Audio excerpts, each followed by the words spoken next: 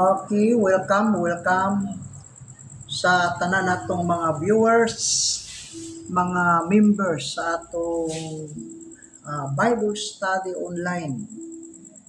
Dinhi sa kahanginan atong padayonon ang paghimo og pag-discuss mahitungod sa mga pagtulungang spiritual. Pero sa dili pa nato na siya himuon, padayonon ato usang pamamustahon. Kumusta si Sister Hermie Morales uban kang Brother Julito taga Mayantok, Quezon Province.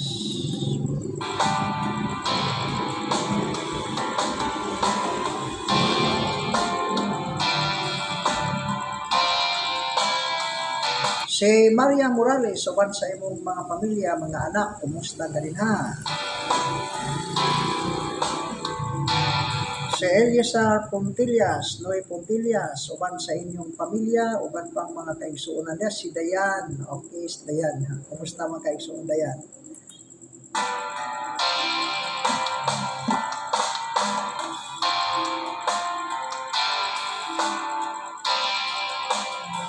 Uban sa inyo ha, magbubuhat karon dinha, kumusta? Hinaot nga sa gihapon ang inyong pagpangalagad sa Dios mapinadayonon.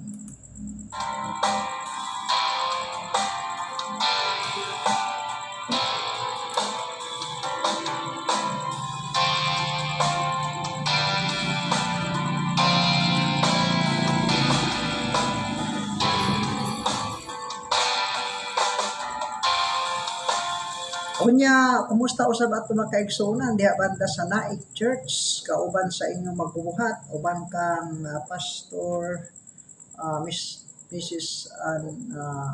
Jihan o Edgar Panyas, o diha banda sa Cavite si Naring Bulyaniba, uban kang Dib, kang Mylene, maayong pagpaminaw.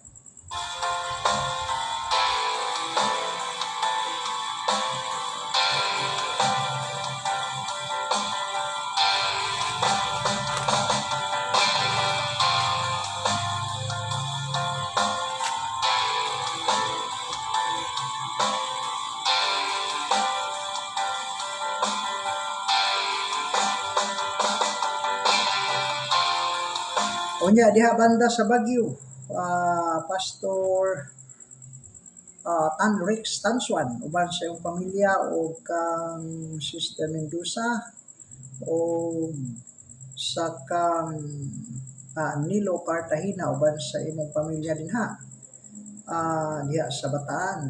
O salamat kayo sa inyong pagsunod ni ining nga programa.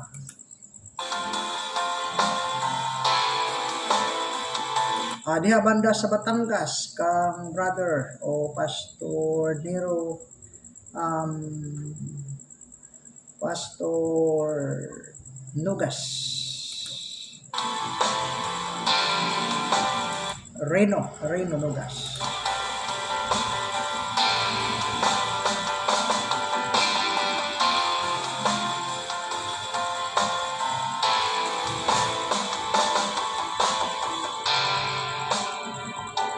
Atong gipangumusta usab ang mga kaigsuonan nato na sa Coron Island, Mr. Daculios, uban sa inyong mga kaigsuonan diha sa pamilya, Sister Nili, kumusta man ka diha? Kumusta ang inyong pagpangalagad sa Dios?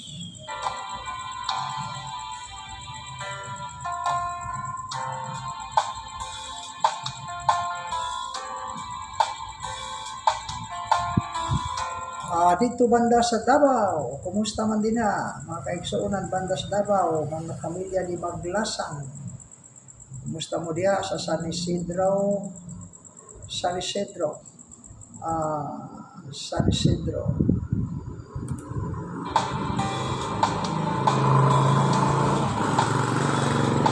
O banda diha sa Tipalili o sa Concepcion, mga kaigsuonan nato diha, kumusta mo diha? Pastor Moralia.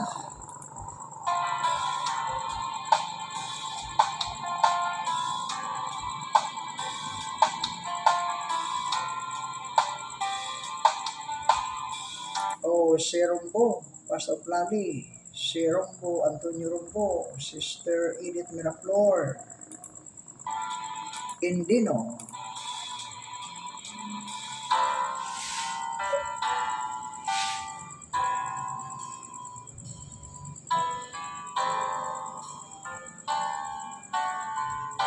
o niya atong mga kaigsuunan banda sa Sambuanga, si Mr. and Mrs. Brother Fuentes, Dudong, uban si mong kauban din ha.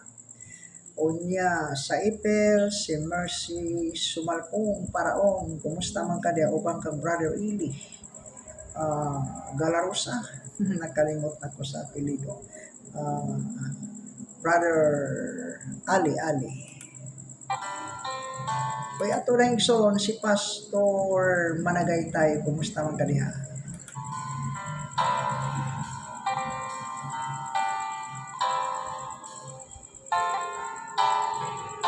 O atong kaigsuunan tuwa sa gawas sa nasod, tuwa sa USA, si Sister Nancy Shannon, kumusta man ka diha? Hinaot niya ang imong ministry, mapayudayonon, unya ang atong mga kaigsuunang Binisaya diha, mga Bisaya. Padayon mo sa pagsunod nining ato ang programa.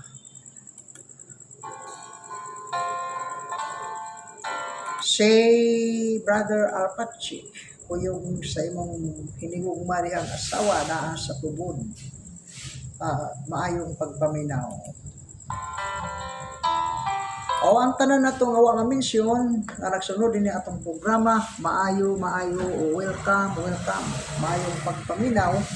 Unya dunay usa ka comment dinhi, o salamat kayo sa inyong mga comment, no?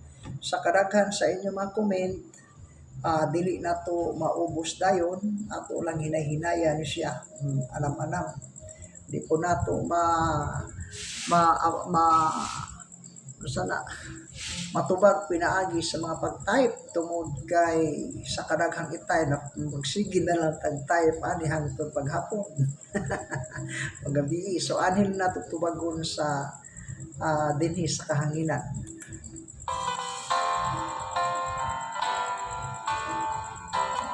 Sa Bohol, makaigsuunan nato sa Bohol, kang Pastor Pelonis, kang Duro, o Brother Duro, nakalimot na ko sa apelyido, no? Makaigsuunan na to diha sa overview, kumusta ka mo diha, uban pang mga lugar. Salamat sa inyong pagsunod ni ining atong programa, makahimong mas pagtuon, pinaagi sa pagtanaw sa Facebook o sa YouTube o bisan pa dinhi sa kahanginan.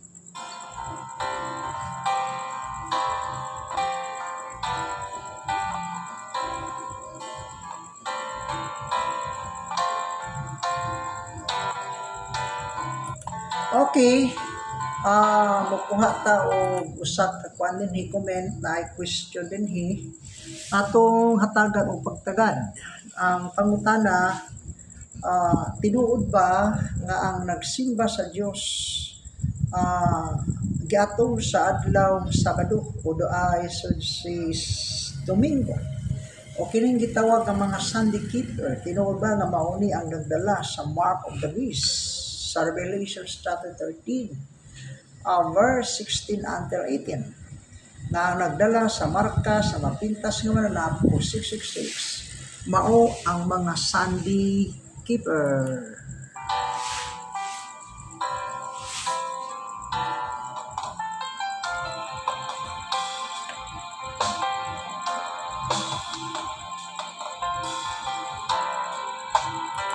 Okay, ato siya ngatagan og tubag.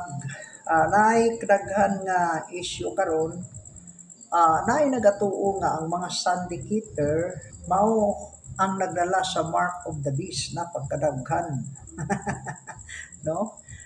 Nagasimba sa Dios unya Domingo.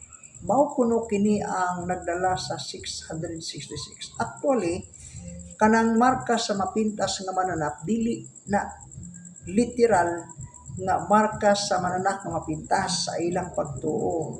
O ang ilang buti pasabot pag sa Sunday keeper ka, automatic mauna ikaw nagdala sa mark of the beast 666. Mao ni ang pangutana kay mao man ni ang issue. Kay duha man ni siya at bang man ni naay gitawag nga Sabbath keeper naapoy gitawag nga Sunday keeper. So mao ni ang Sunday keeper versus sa Sabbath keeper. Mao na nga adunay dakong issue nga ang nagdala daw sa mark of the beast mao ni mga Sunday keeper. Kaya gipunan pag yun kana bang nagasimba ka sa Dios pero naa sa adlaw Domingo. Una ang nagdala sa mark of the beast. Unya sa Revelation chapter 14 verse 10 to 11 to 12. Ang nagasimba o sa Dios nagitunong sa adlaw Domingo mao kuno kini ang nagdala sa mark of the beast.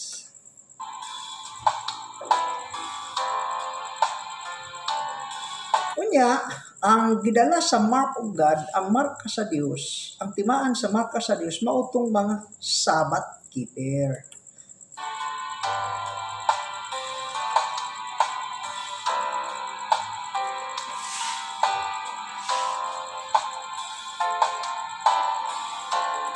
Okay, ato ni siyang hatagan. Yun ani ang dagan sa mga kasaysayan nga naa sa Biblia. Under sa Old Testament, sa diha nga ang gipagawas na gikan sa Egypt, ang 12 tribe of Israel. Kanang mayingon ta nga 12 tribes of Israel, ang 12 ka tribo sa Israel, ang pangalan man gud ni Jacob, gialisdan og Israel. Genesis chapter 32 verse 28, dili na ikaw pagahinganlan nga Jacob kundi Israel. Sa ato paangalan ni Jacob gi-change, gialisdan og Israel. Unya si Jacob nga Israel, nanganak siya og 12 ka anak nga lalaki, sila si Simeon, si Ruben, si Naphtali, si Dan, si Gad, si Asher, si Zebulon, si Levi, si Joseph, si Benjamin, si Judah, 12 na sila kabuok. Unya, gitawag to sila og 12 tribe of Israel.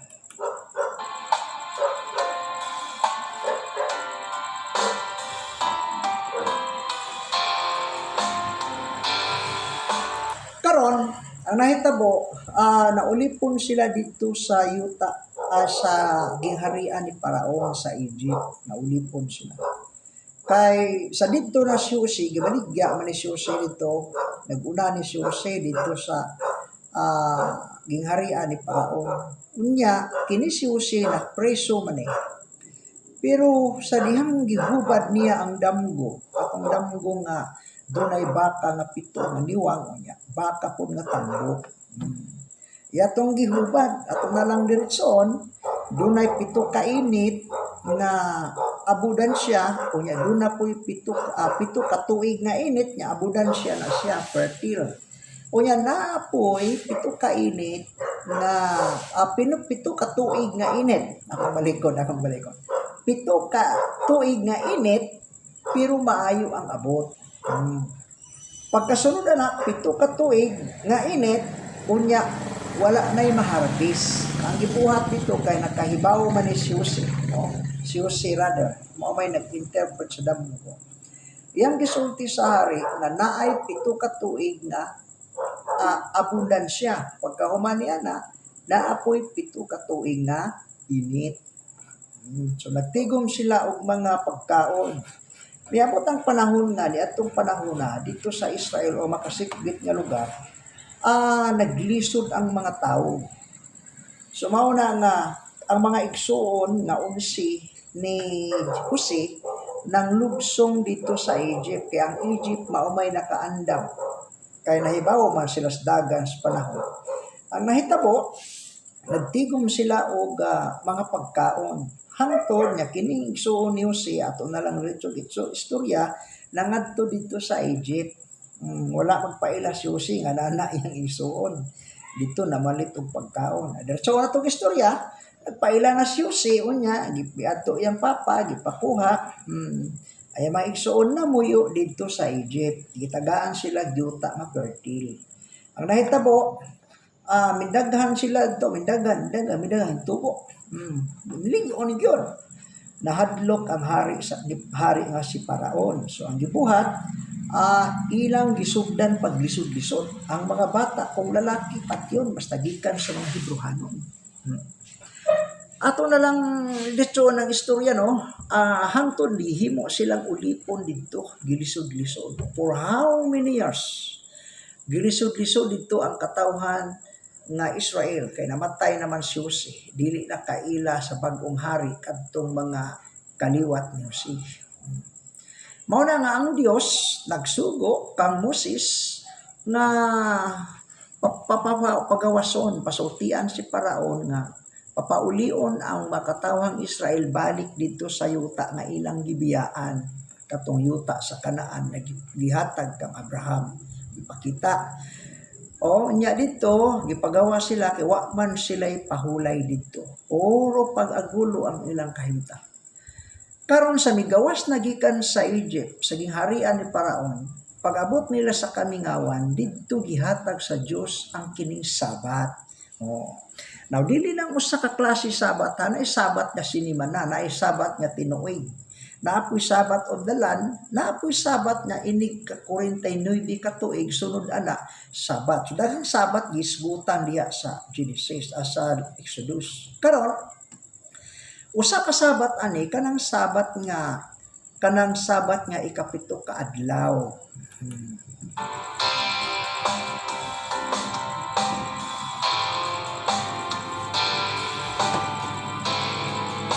Morning sa Exodus Kapitulo 20, versikulo 8, remember, the Sabbath day to keep it holy.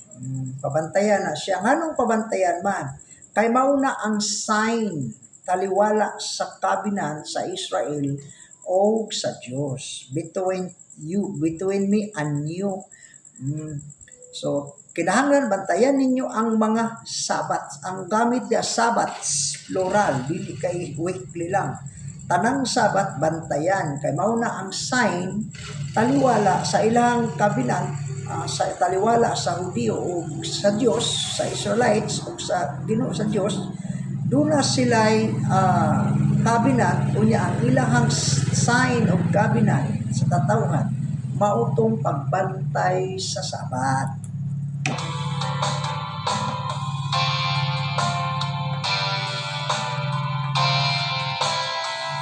Sa madaling salita, ang Sabbath, mauna siya ang timbre, signs of His people.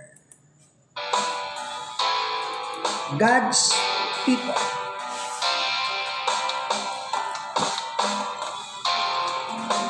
Mauna nga, unong kaadlaw mo trabaho na sila.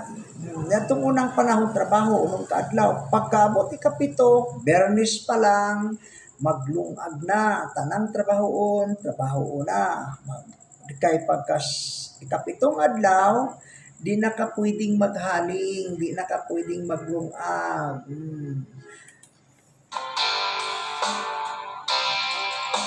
Lahi karon nga naay mga Sabbath keeper pero magsuroy-suroy, magpadagag motor, magpadagag kabayo, sakay sa tangga, maglungag. Unya mo ingon, nagbantay ko no sila sa Sabat.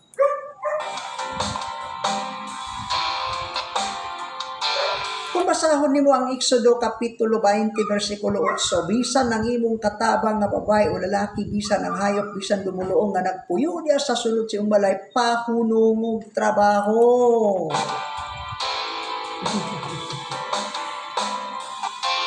Kay kana gitawag siya og Sabat, rest day. Kinahanglan Bernis pa lang naka-preferred na ang tanan pagkaadlaw ikapito, rest. Pag dili ka mosunod, patyon. Tabangan og bato hangtod mamatay. 35 Exodus, versikulo 1 hangtod sa 3, ang tanang mo trabaho patyon, bisag unsang trabaho Pagka sa versikulo 3, dili ka mo maghaling og kalayo sa adlaw nga papahulay.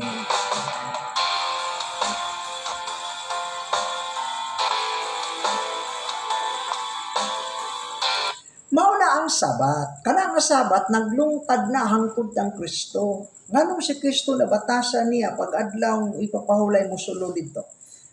Tungod kay si Kristo, Galatia 4:4, natawo siya ilalom sa kasubuan. Si Kristo ilalom pa rin.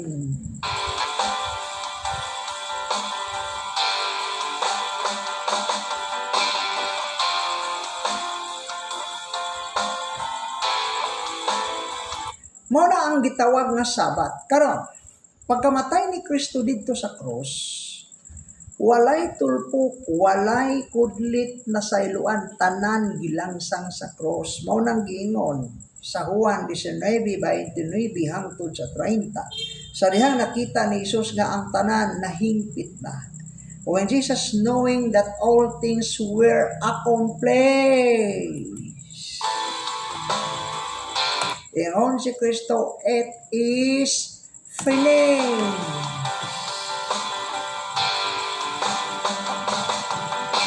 Colossians chapter 2 verse 14, sa napapas niya ang mga sulat nga nababag kanato pinaagi sa ipatuman ini og kini iyang gikuha sa ato gianan og gilangsang sa cross.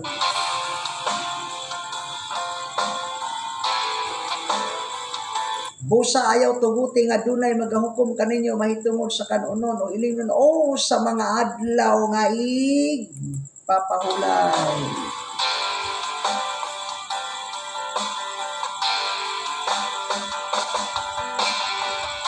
Mauna nga ayaw mo og judge nga ang nagasimba sa Dios unya giatol og Domingo, ayaw og ingna nga maoy nagdala sa mark of the beast. Kaya ang pagsimba pwede adlaw-adlaw.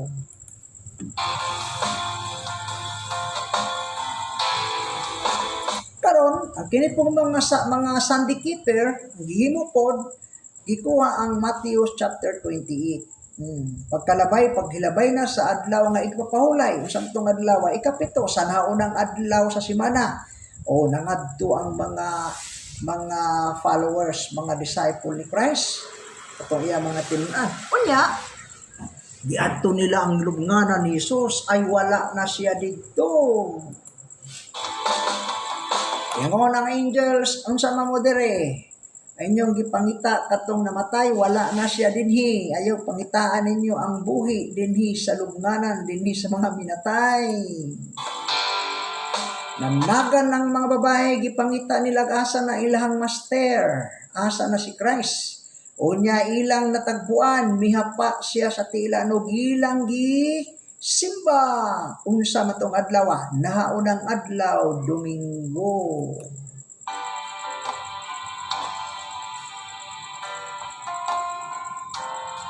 Sa ato pa, pwede ratang musimba, bisag nahaunang adlaw, ikapitong adlaw, bisag Lunes, pwede ratang basta ang simbahon, dili ang adlaw, kung dili ang Dios.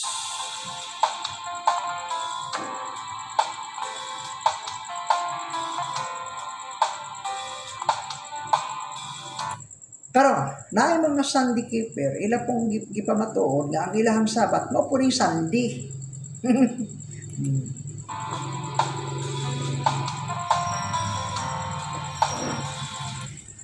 Actually, sa atong panahon karon ang atong Sabat wala na sa Saturday, wala na sa Sunday. Hain naman ang atong Sabat o kinsa man ang atong Sabat. Sa Mateo kapitulo 11 versikulo 28, masagingon dinhi. Mateo kapitulo 11:28, come unto me and all we that labor and are heavy laden, and I will give you rest. And take my yoke upon you, and learn of me, for I am meek and lowly in heart, and ye shall find rest into your soul. Sa ato pa, ang atong kapahulayan karon, ang Sabat karon under grace dispensation, wala sa Sabado, wala sa Domingo, kung dili na akang Kristo.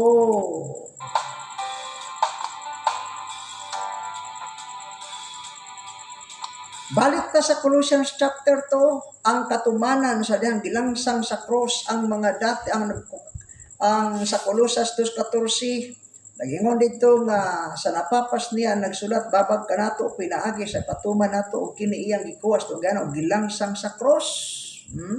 Busa ayaw tuguti nga dunay magahukom sa kanunon ilimnon o sa adlaw nga papahulay ngano nga si Kristo ang gilakatong tanan siyado to siya ang tinuod nga kapahulayan kadtong gilangsang sa cross nga mao ang Misaya.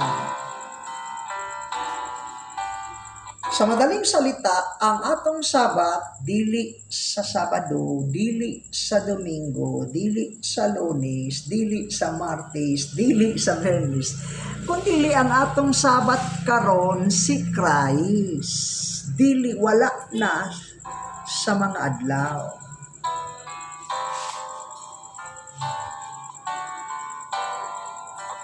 Akong balikon, kanang issue, kanang giingon diha nga tinuod ba nga ang mga Sunday keeper mo nagdala sa mark of the beast. Layo na sa tinuod, di ka pa matuod na. Sa panahon sa grasya, under sa grace dispensation, walay giingon dito nga ang nagbantay sa adlaw Domingo mao ang nagdala sa mark of the beast. So, masabado, madomingo, malunis man na, layo ra ang isyo. Hinumduman mo ni at karon under sa grace dispensation. Hidili ta under sa great tribulation. Ang Revelations chapter 13, referring ang mga panghitabo na diha, panahon na sa great tribulation. Ni apata under sa grace dispensation. Under sa grace dispensation, ang atong Sabat, wala sa Domingo, wala sa Sabado, wala sa Biyernes, wala sa Lunes, na akang Kristo. Si Kristo ang atong kapahulayan.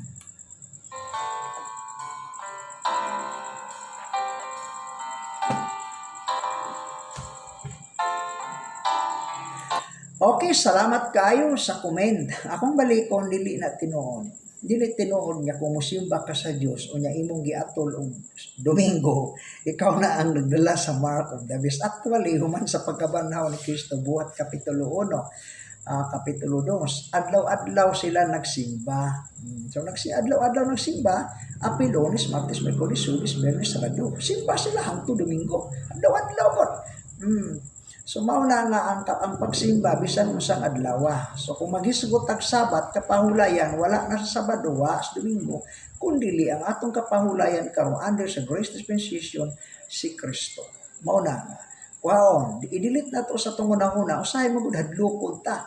Kung nagsimba ta itunong na tong Sabado may Domingo may ikaw nagdala sa markas ano pintas ng mana. Ito no, may magdomingo ang atong gisimba, dili man. Atong gisimba ang Dios. Kung musimba tag Lunes dag nanimba, wala magpasambot niya ang Lunes may gisimba. Ang Dios ang atong gisimba. Gitunong lang, giato lang sa adlaw Lunes. Ingon ani man siya ang logic. Ang nagsimba sa Domingo may nagdala sa mark of the beast. Ayaw ninyong simbahang Domingo. Ang simbahon ang Dios, dili ang Domingo, dili ang adlaw. Kung musimba ka sa Dios, gitunong nimog Sabado, ayaw simbaha ang Sabado. Ang imong gisimba ang Dios, giato lang sa adlaw Sabado. So mao na nga kung nagsimba ta, gitunong na to, giatol siya adlaw Domingo. Pero ang gisimba, Dios, o sa may batian na, nga ang Dios may gisimba. Diba? Mao na nga, pero maghisgot ta og grace, kapahulayan, dili kahatag og kapahulayan ang Domingo. Di po kahatag og pahulay ang Sabado. Nganuman ang makahatag og kapahulayan sa atong kalag, kadtong gibitay sa cross, katong gilangsang, walay lain si Kristo.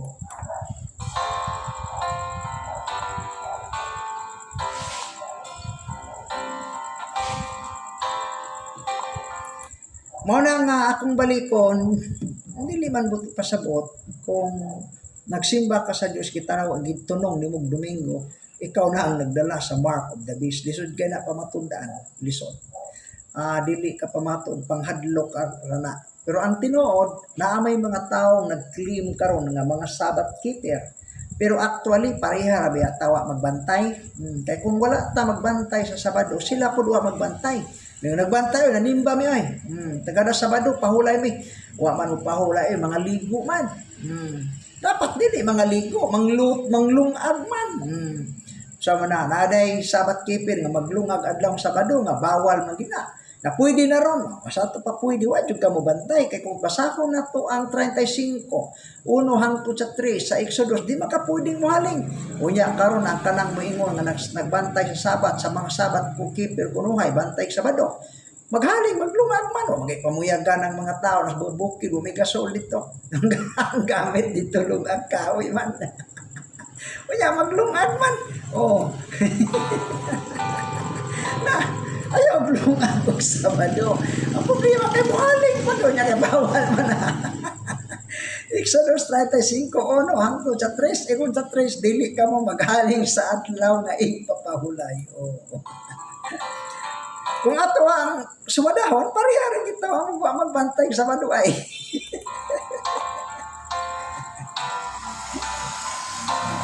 Kaya magluto pa. Pag magluto, maghugas, magligo, manglaba. Mana nga, kung atong kwintahon, parihari kita ang magbantay sa Sabado. Okay, salamat kayo sa imo. Sa imong question, no? Bilang kayo natutaas, no? Sa sunod na punta, magkakatawa ng po kayo. Lamang may mga Sabat keeper ka, istorya na nagbantay po sa tinuod, wala. Parihari tayo ang magbantay. Dahil kayo salamat sa iyong pagsunod, bye-bye.